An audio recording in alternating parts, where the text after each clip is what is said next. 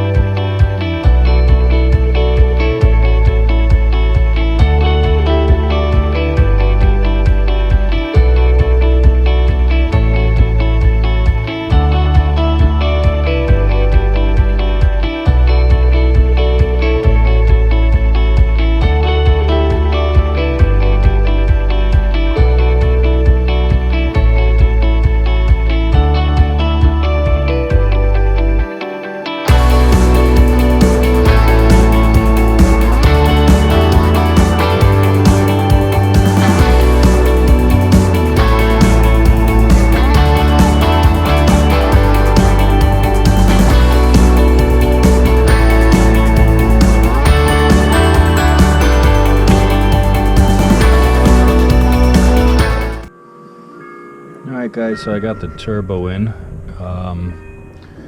Everything went okay. My last video I left off with the question was it worth it? Yes it was. This car hauls ass. I lost the low end grunt that the stock KO4 has, but she pulls all the way to redline now. I got a purple drain tune. I'm about to load up version 1.3, and the target boost pressure is 21 psi. So I was hoping the battery would work, but there's just not enough room with this JBR 3.5 inch intake. What I ended up doing was I didn't want to relocate the battery. That was a lot more work to run cables. I picked up this AutoZone 51R battery.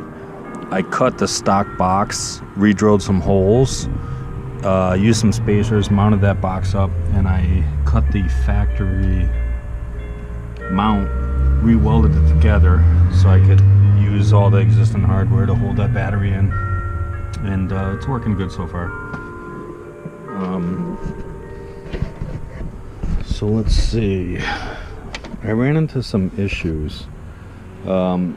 When I was on spring pressure with the base map, I was making about 15 pounds, 14 pounds, somewhere in that area. And when I got the version 1.1 from Will over at Purple Drink, I started getting a lot of knock around 5,800 RPM at wide open throttle.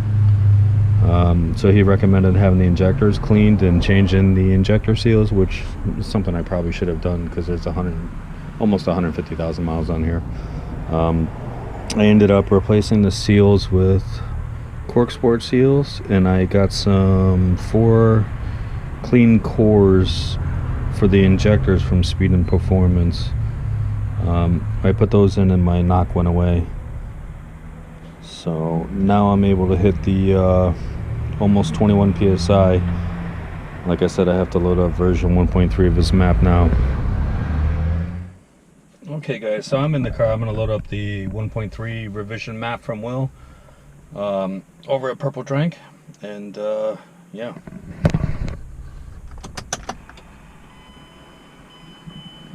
Turn this off. And I have this access port version 2. I think I did a quick video on this. I was going with the cheapo route with this car. I didn't want to get a V3. They're really expensive at $650, and Will still supports these. So Load this map up. And I'm always nervous when I do this. You don't want to breathe or do anything while this is uploading. Because if this fails, you lose power to the ECU, you turn it off, your cable's a little wonky, you will brick your ECM and you'll have to take it to Mazda to get it fixed. So we'll let this flash the new map. I don't really know what he's changing in here. I know the last revision 1.2 he adjusted the wastegate duty cycle.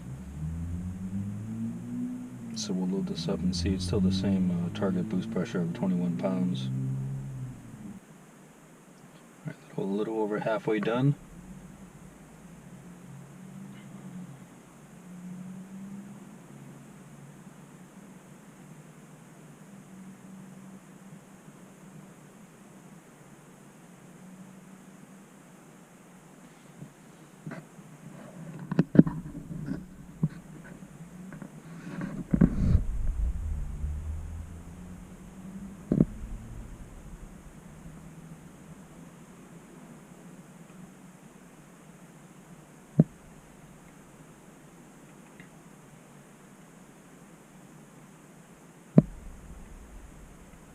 And we are done. So we'll turn the key off. We'll wait a couple seconds. We'll hit OK. Turn the ignition back on. Hit OK to retry because I don't have the ignition on. This change successful. Key off. OK. And that's the new map upload. We'll give it a start.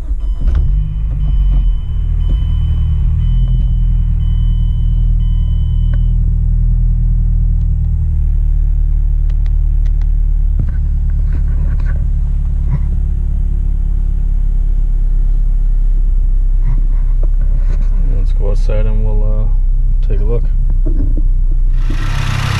can see I installed the front mount intercooler and it's been running good with the turbo upgrade. After the injectors, it made a huge difference. The only thing I noticed is my high pressure fuel pump is making a lot of clacking now. And when I was working on the car, I accidentally put some pressure on here and it made a little crack on here. I don't know if that's for the spill valve. I don't know if that's what's causing it, but sometimes when you rev it up or the AC compressor kicks on, you're driving, you hear this thing clacker. It makes a loud tapping sound, and I don't recall ever hearing that before, so I'm not sure what is going on with that, but I'm not losing fuel pressure at all, so that's good.